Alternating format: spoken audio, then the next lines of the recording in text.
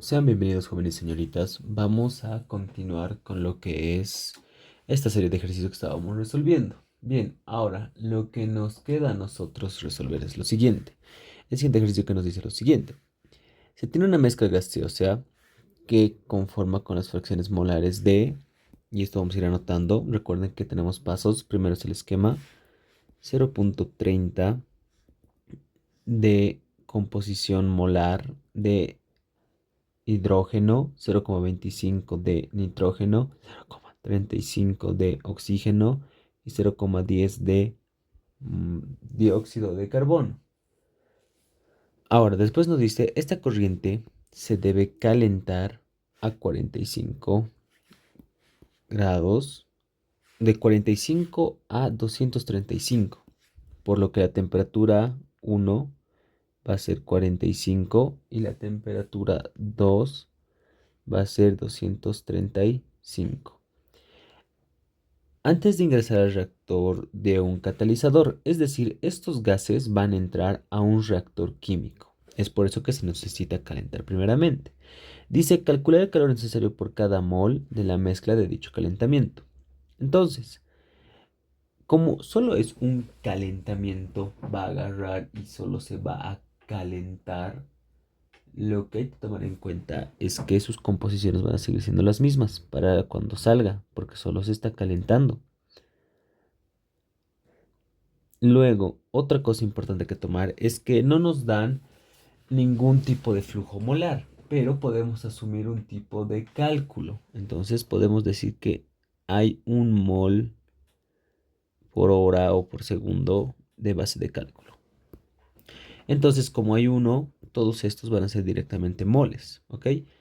Bien, entonces, en sí, con esto podríamos haber dicho que hemos hecho el balance de materia. ¿Por qué? Porque multiplicamos un mol por su composición y nos va a dar el número de moles del hidrógeno. Entonces, ese sería el balance de materia.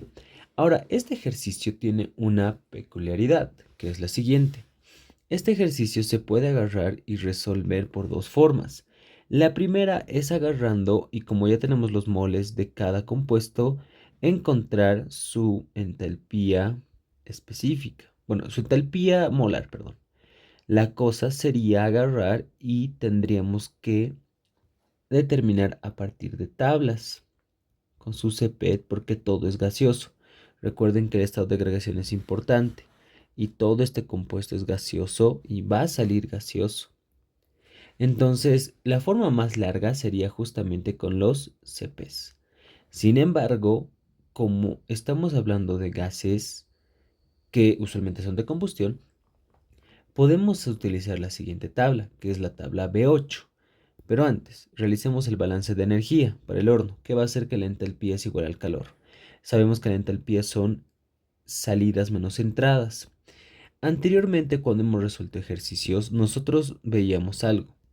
Nosotros agarrábamos y tomábamos de temperatura de referencia a la temperatura de entrada, que en este caso es 45. ¿Qué pasaba? Pasaba que estábamos evaluando temperatura de salida, es decir, de los 235 menos los 45. Esa era nuestra temperatura de referencia. Y en la temperatura de entrada, como era 45, iba a ser la temperatura de entrada menos la temperatura de referencia. Y esto se hacía cero. Sin embargo, en las tablas del Felder B8, la temperatura de referencia es 25, por lo que ahora este término no se hace cero, sino aquí es 25, perdón, aquí es 45 y estas temperaturas de referencia ahora son 25, por lo que no se anula este término de entalpía de entrada. Anteriormente, en los anteriores ejercicios sí los anulábamos, pero no sabíamos el por qué y ahora lo estamos demostrando. Es porque su temperatura de referencia influía en ese parámetro. Bueno, no influía, más que todo porque se simplificaba, se volvía cero. Porque recuerden que aquí va a ser una integral, sus CPs, dependiendo cómo sea, de 230, bueno, de 235 a 25 y algo. Esto en el tercer parcial igual lo van a ver con mucha más claridad porque su temperatura de referencia va a ser 25, sí o sí. Entonces van a verlo con más claridad. Al hacer esto nosotros, al tomar de referencia 25, lo que estamos haciendo es no tenemos que anular esto de aquí, la entrada. Ahora, en la tabla B8, ¿por qué estamos utilizando este? Porque tenemos a todos estos compuestos gaseosos en esa tabla, empezando por el hidrógeno, que lo tengo aquí. Miren, en esta tabla B8 tenemos a lo que es el hidrógeno en ese rango. Nos decían, creo, si no estoy mal, de 40 que está en este rango y de 200 o 300 más arriba. Entonces, a ver, ¿de qué temperaturas? 45 y 235. 45 está aquí y 235 está aquí. Solo que el 45 está aquí. Por aquí debe estar. Y el 235 está por aquí al medio. Por lo que nosotros tenemos que hacer una interpolación entre estos dos datos y entre estos dos datos para encontrar sus entalpías. Ahora, esta es la de salida y esta es la de entrada. Entonces vamos a encontrar las entalpías de entrada y de salida, interpolando. Entonces volvamos a nuestra tabla. Obviamente noten que también en la tabla nos va a dar en cada kilojoule mol la entalpía. Entonces ya están las unidades, mol con mol significan kilojoule. Ahora, 0,30 de dónde ha salido de la multiplicación del moles por su composición, que eso sabemos que son los moles del hidrógeno que están entrando. Ahora, para el interpolar pueden hacerlo con sus calculadoras. Yo, para no perder mucho tiempo, lo que voy a hacer es agarrar y hacer una interpolación para que vean y luego ya voy a poner los demás valores numéricos. Entonces, en la interpolación, que es importante, tenemos que tomar en cuenta que T va a ser las temperaturas. ¿Qué temperaturas? Primero va a ser 25 y abajo, perdón, no está lo 25 y abajo va a ser la de 100 seguramente. Y yo quiero una temperatura de 45. Mis valores, a 25 es 0, lógicamente, porque la entrada es la misma, o sea, vamos a evaluar en la entrada 25 menos 25, por eso se está haciendo 0. Y a la de 100 va a ser 2.16. Entonces, el valor que yo quiero calcular interpolado va a ser el siguiente. 0,577. Entonces, si vuelvo a mi tabla, recordemos que esta es la entalpía de entrada, a 45. Entonces, tendría que ser en este lado, la de entrada. 0.576. 0000. Luego tengo que interpolar con la de 200 y 300, que va a ser 200 y abajo va a ser 300. La temperatura que yo quiero hallar es 235. Ahora, las entalpías, nuevamente tengo que ver que sean del hidrógeno. El primer valor es 5.06 y el de abajo va a ser 7.96 y interpolo y me da ese valor, 6 punto algo. Esto pueden hacerlo en su calculadora con lo que es regresión lineal. Les va a dar los valores. Y ahora sí, vamos a agarrar. Entonces me sale 6.075. Y van a ver que si ustedes hacen con los CPs, les va a salir un valor muy aproximado. Ahora voy a agarrar, voy a sacar mi calculadora y van a ver el valor cuánto me sale y tengo que hacer exactamente lo mismo con los demás valores. Entonces ya eso lo voy a omitir y directamente voy a poner los resultados. 0.3 por 6.075 menos 0.576. Entonces el valor de la energía que me está dando el hidrógeno es de 1.645 kilojoule. Y así voy a hacer con los demás. Una vez ya he determinado todas las entalpías, porque ojo, lo que a mí me interesa, por si acaso, es estas entalpías de aquí, porque son energías puras globales, por decir, porque lo he tenido que multiplicar por sus moles. Voy a sumar, voy a agarrar 1.645 más 1.402 más 2.049 más 0.801.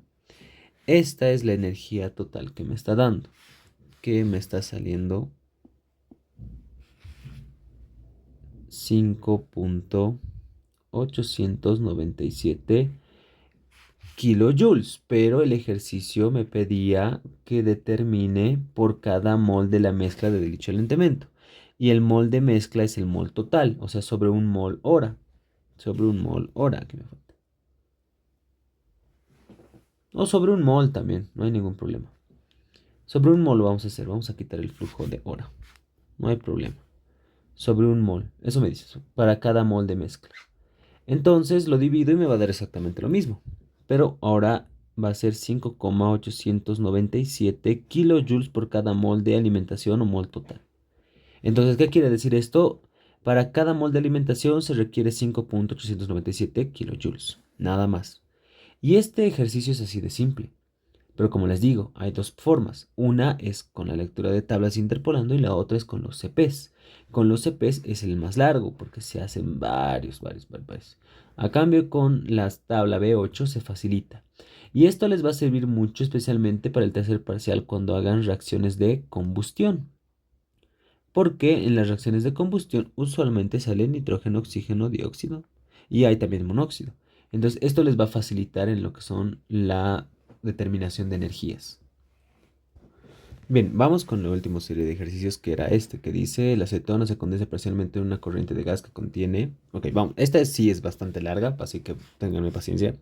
Que dice lo siguiente, la acetona se condensa parcialmente en una corriente de gas que contiene 89.9, a ver, con la acetona voy a hacer con azul.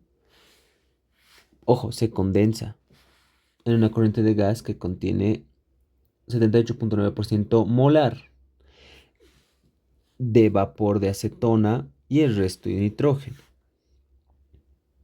Entonces, nos está diciendo que la acetona va a entrar a alguna torre en la cual se va a condensar parcialmente, pero también va a estar un porcentaje en vapor.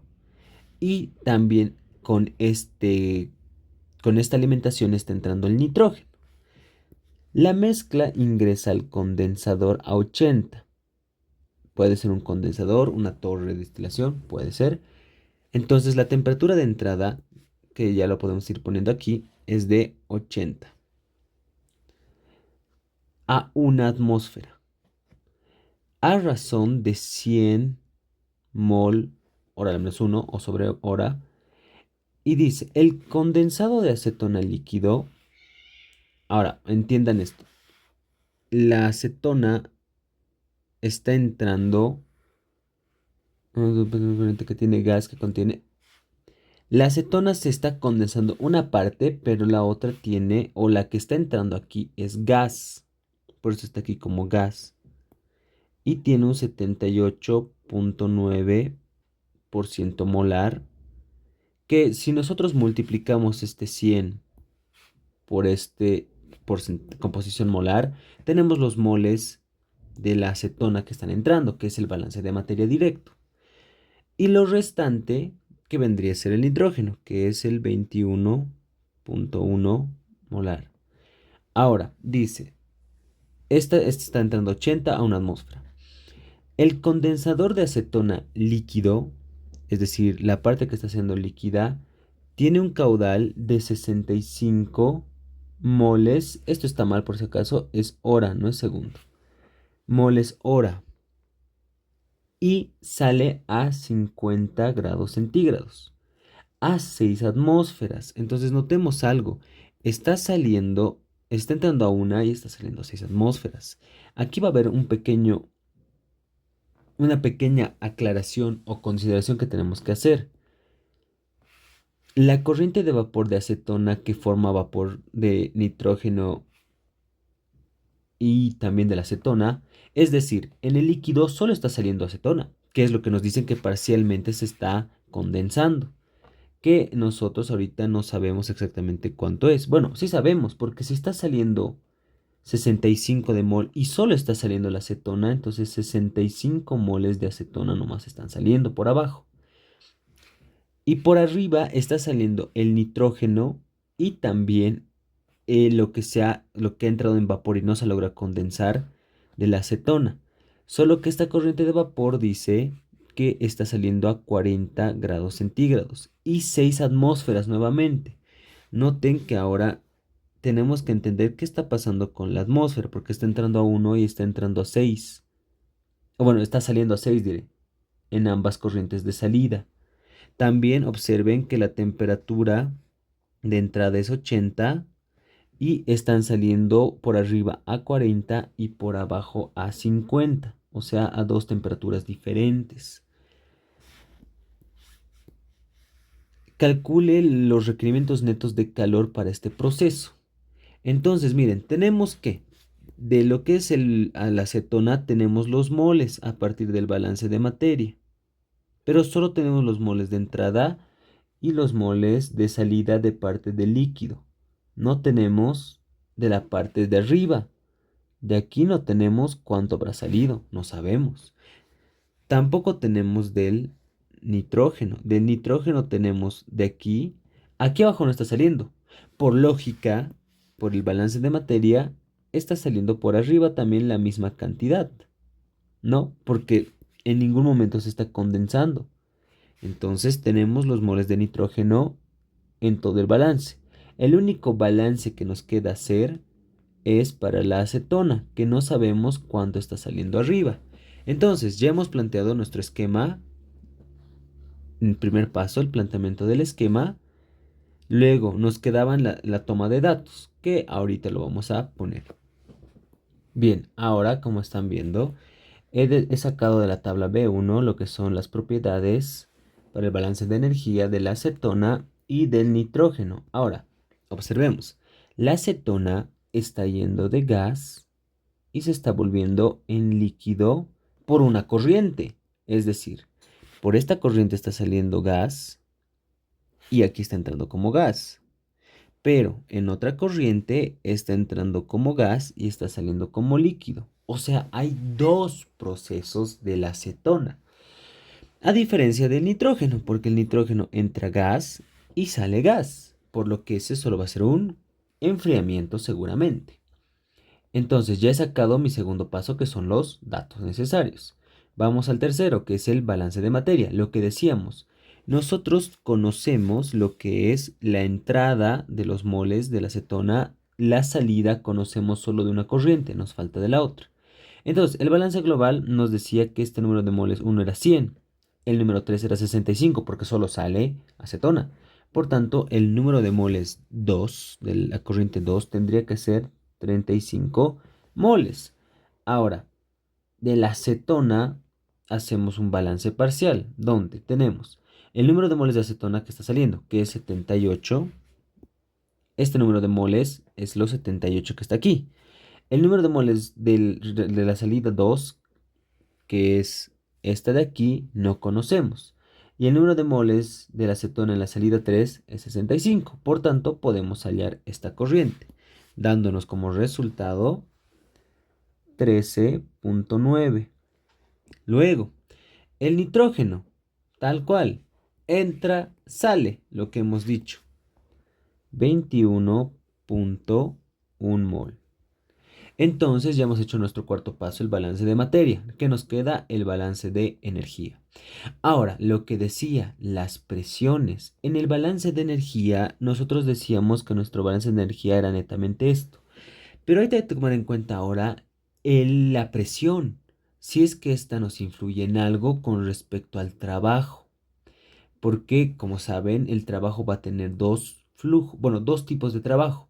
Uno que es por flujo y otro que es por eléctrica. En este caso, por eléctrica se va a ir, pero por flujo tenemos que analizar si es importante. Es por eso que ahora no lo he simplificado. Usualmente en los ejercicios que hemos resuelto anteriormente, entran a una presión, salen a una presión, o sea, el trabajo era cero. Pero ahora tenemos que ver si influye en algo. Entonces, nuestro balance de energía es esta. Ahora, ¿qué nos queda? Nos queda analizar. Y ahora, para este tipo de ejercicios, que son los más largos, por si acaso, porque tienen dos flujos y se complican, tenemos que analizar por flujos.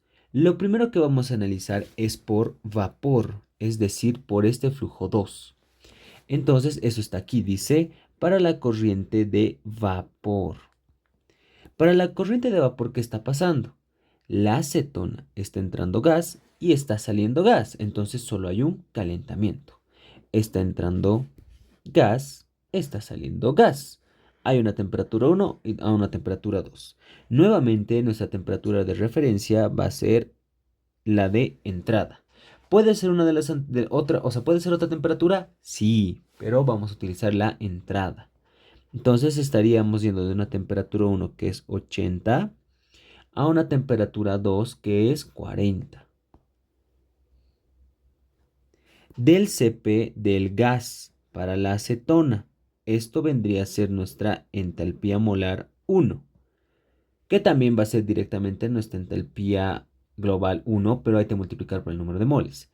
Este Cp me va a dar menos 3.5825 kilojoules sobre mol. Ahora, como yo necesito determinar la energía global, voy a multiplicar, ojo, por el número de moles de la acetona en el flujo 2, porque esa es la que estoy determinando. Es la energía que necesito para llegar a ese trance.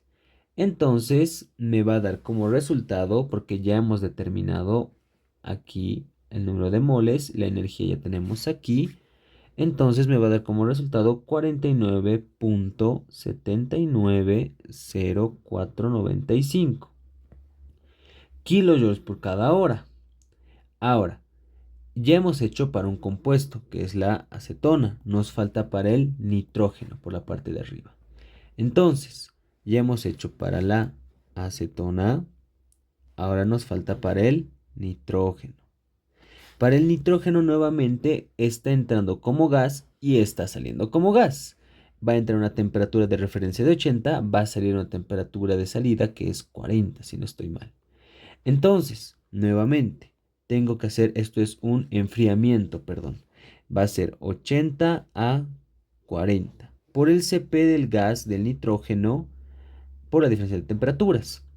Esto me va a dar como resultado 1.16610 kilojoules por cada mol. Ahora, yo necesito encontrar la entalpía global, no la molar. Entonces, ¿qué voy a hacer? Multiplicar por el número de moles en el flujo 2, porque estoy analizando ese flujo. ¿Qué me va a salir?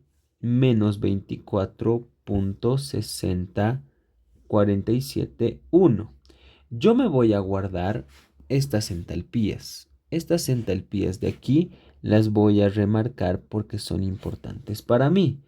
Porque sabemos que las entalpías van a, o sea, la entalpía global de todo el equipo va a ser la sumatoria de entalpías que vayan pasando de cada compuesto. Ahora, ya hemos acabado lo que es para la corriente de vapor, o sea, para la corriente que está yendo por aquí arriba. Nos falta analizar la corriente que va por aquí abajo. Pero ¿cuál es la dificultad ahora? Porque está yendo de gas a líquido. Entonces va a cambiar algo. Vamos para la corriente líquida ahora.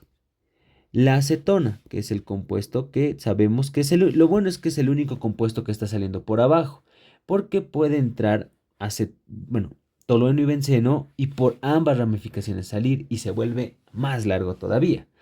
Entonces, lo bueno es que por el líquido solo está saliendo la acetona. Pero ¿qué está pasando? La misma analogía que decíamos. Si nosotros tomábamos como analogía lo que sabíamos de química 100 o físico-química, es lo siguiente. Nosotros estábamos agarrando y estamos en un gas a una temperatura 1 y tenemos que llevarlo a líquido, perdón, voy a hacerlo así, a líquido a una temperatura 2 de salida, que no es la misma, ¿no? Ya no es 40, sino es 50.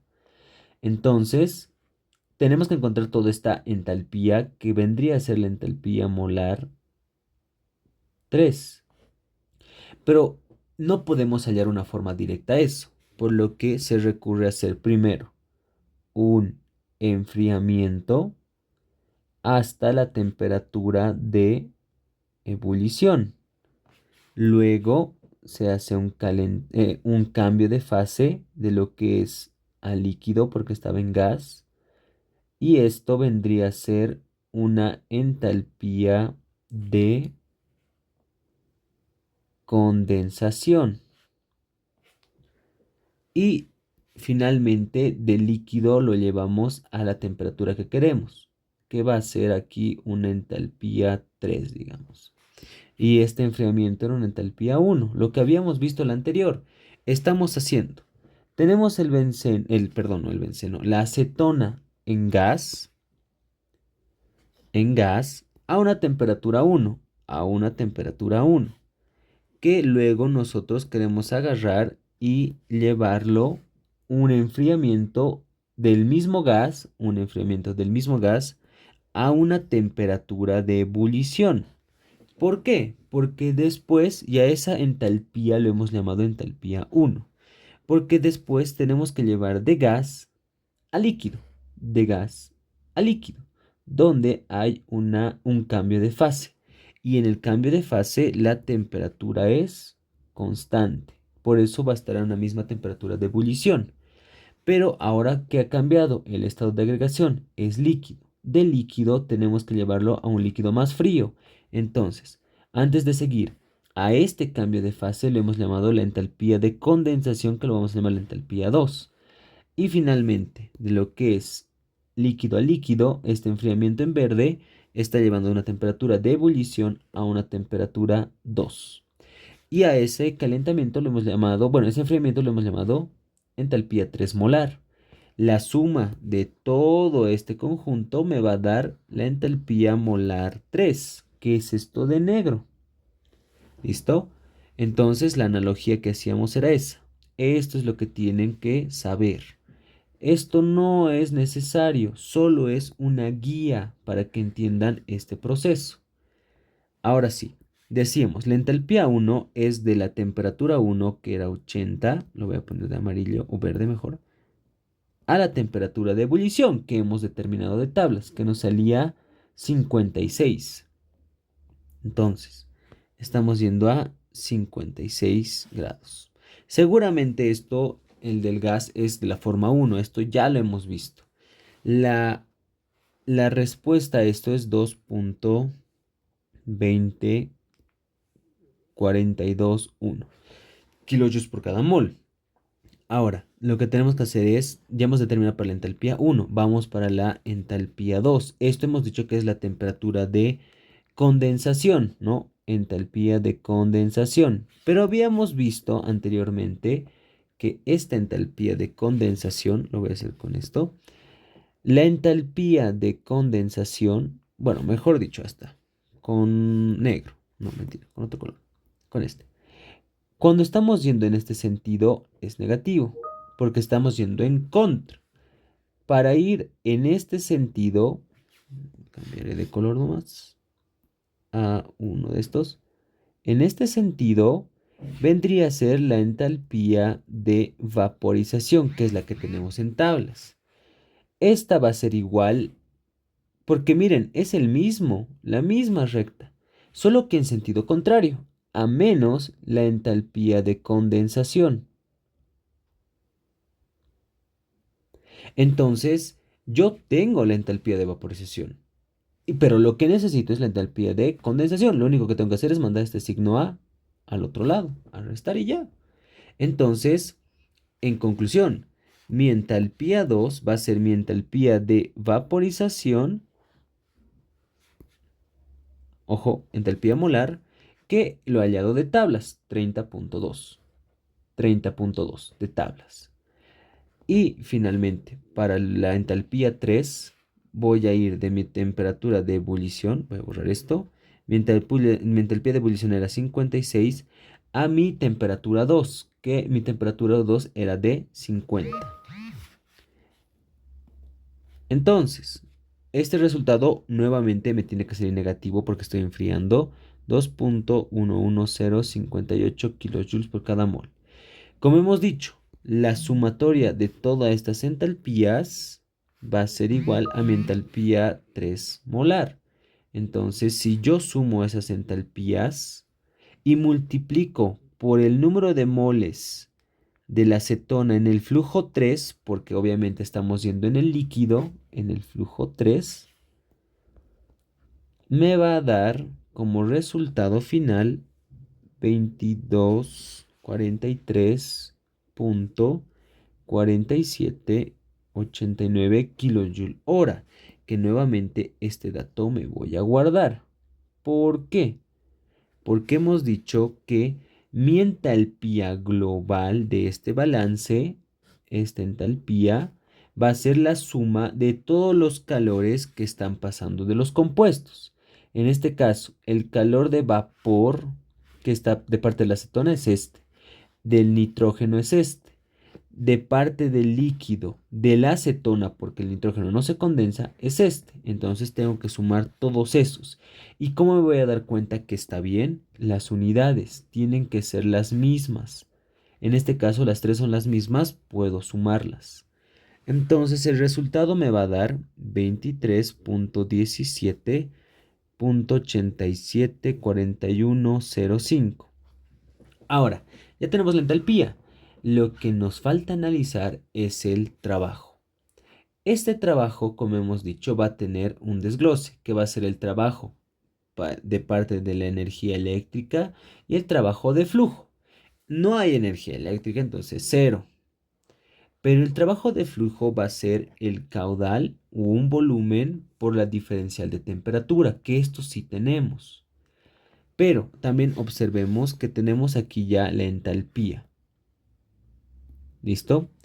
Entonces, nosotros no tenemos el flujo, el caudal de flujo, y además de que tenemos que saber de ambas partes, porque uno es líquido y el otro es vapor, pero lo que vamos a hacer es una analogía. Vamos a decir, ok, esto no tengo, pero esto sí tengo. Esta diferencia de de presiones, perdón, va a ser 6 atmósferas menos una atmósfera, porque en la salida es 6 en ambas partes. Lo que está, la entrada es 1, entonces esto me va a salir 5 atmósferas. Ahora, lógicamente, tengo que cambiarlo a kilopascales porque si no, este trabajo no me va a dar correctamente, porque quiero que me tiene que salir joules, ¿no? Entonces, esta atmósfera lo voy a convertir a kilopascales por factores de conversión. Ahora, aquí es lo que nos importa y nos dice, supongamos que el trabajo tiene que ser relevante, tiene que agarrar y para esta suma, para que aporte a esta resta, diré, bueno, más suma, ¿no? Porque si queremos el calor, tendríamos que esto pasarlo a sumar. Tiene que ser relevante. Entonces, para que sea relevante, tenemos que saber qué flujo está entrando. Entonces, para que sea relevante este trabajo, tiene que ser próximo a esta entalpía. Supongamos que es la misma. 23.87.4105. Bastante grande. Va a ser igual a X, que quiero saber qué caudal tiene que tener para que sea relevante, por 5 por 10, 13, bueno, 10.325 entre 1. Entonces noten que para que mi, mi trabajo sea relevante, este caudal tiene que tener un valor de 4.575 metros cúbicos por cada hora. Entiendan la magnitud de esto. Metros cúbicos por hora. Es mucho caudal.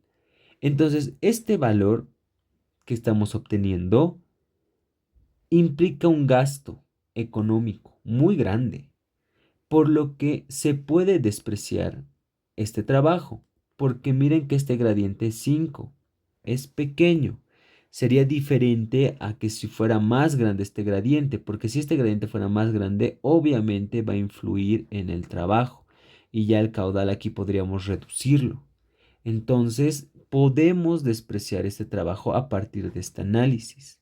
Y nos quedaría lo que siempre hemos conocido. La variación de entalpía es igual al calor. Y ya teníamos la variación de entalpía, que obviamente aquí me he equivocado, es negativo porque todas las entalpías nos han salido negativas. va a ser el mismo resultado, va a ser menos 2.2317.874105 kilojoules por cada hora. Ese es el calor necesario para que trabaje el condensador. Entonces este ejercicio, este era su pillada, digamos, su trabajo, porque muchos podrían preguntarse qué hacemos con las presiones. Porque recuerden que los CPs están estandarizados a una presión de 1 atmósfera. Entonces habría que tomar estas consideraciones. Estos de los ejercicios son los más largos que hay, porque ahorita es más sencillo porque solo ha entrado acetona y ha salido acetona por abajo nomás, pero puede entrar dos compuestos hasta tres y salir por ambas corrientes y se hace largo porque hay que analizar si está entrando líquido, está saliendo líquido, está entrando gas, está saliendo gas, está saliendo líquido, está entrando gas, está saliendo líquido. Entonces hay consideraciones que hacer. Pero como les digo, siempre es el mismo esquema. O sea, la misma idea, la misma metodología. El esquema, que es todo esto, los datos de la B1, el balance de materia, el balance global y después ya la sumatoria para hallar los calores. Nada más. Sin más que decir, muchas gracias. Cualquier consulta pueden hacérmelo por los comentarios o también a mi personal. Gracias.